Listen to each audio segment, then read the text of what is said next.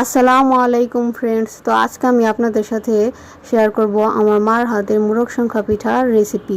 তো এই পিঠা বানানোর জন্য প্রথমে গরুর মাংস বা মুরগির মাংস যেটা দিয়ে বানাই লবণ দিয়ে একটু সিদ্ধ করে নেব। এরপর পাটার মধ্যে একটু থেতো করে নেব, এভাবে একটা একটা করে দিয়ে ছোট ছোট করে পিস করে নিলে ভালো হয় থেতো করতে। এরপর আমি একটু হাত দিয়ে এভাবে ছাড়িয়ে নিব, তারপর চলে যাব এই মাংসটাকে রান্না করতে।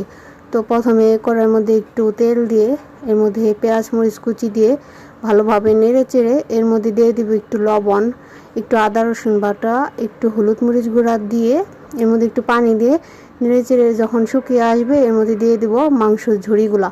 এগুলা দিয়ে ভালো মতো নেড়ে চেড়ে কষিয়ে একদম ভাজা ভাজা করে ফেলবো। খেয়াল রাখতে হবে এটার মধ্যে যেন কোনো পানি না থাকে। নামানোর আগে একটু জিরা ফাঁকি দিয়ে উঠিয়ে নিব। এরপর পিঠা বানানোর জন্য একটা খামির তৈরি করে নিব। তো প্রথমে একটা পাতিলের মধ্যে 2 কাপ পানি দিয়ে পানিটা বলক আসলে এর মধ্যে দিয়ে দিব 2 কাপ চালের গুঁড়ি দিয়ে ভালো মতো নেড়ে চেড়ে একটা ঢাকনা দিয়ে ঢেকে দিব। 5 মিনিট পর নামিয়ে নিব।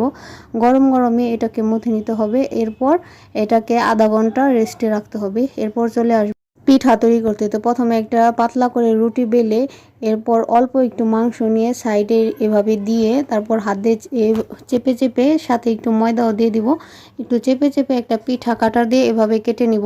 এভাবে করে অনেকগুলা কেটে নেওয়ার পর এটাকে ভাজবো। তো প্রথমে কড়াইয়ের মধ্যে তেল দিয়ে তেলটা ভালো মতো গরম হলে এরপর একে একে পিঠাগুলো দিয়ে দিব। এক পাশ ভাজা হয়ে গেলে উল্টে পাল্টে নিব।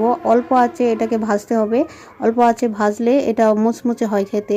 এই পিঠাটা কিন্তু অনেকে আটা বা ময়দা দিয়ে তৈরি করে থাকে, তবে আমি বলবো চালের গুঁড়া দিয়ে যদি পিঠাটা তৈরি করা হয় এটা কিন্তু খেতে বেশি মজা হয়, কারণ এটাও মুচমুচে থাকে বেশি।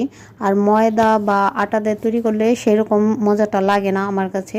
তো আমার মার হাতের এই পিঠার রেসিপিটা আপনাদের কেমন লাগলো আমাকে অবশ্যই জানাবেন।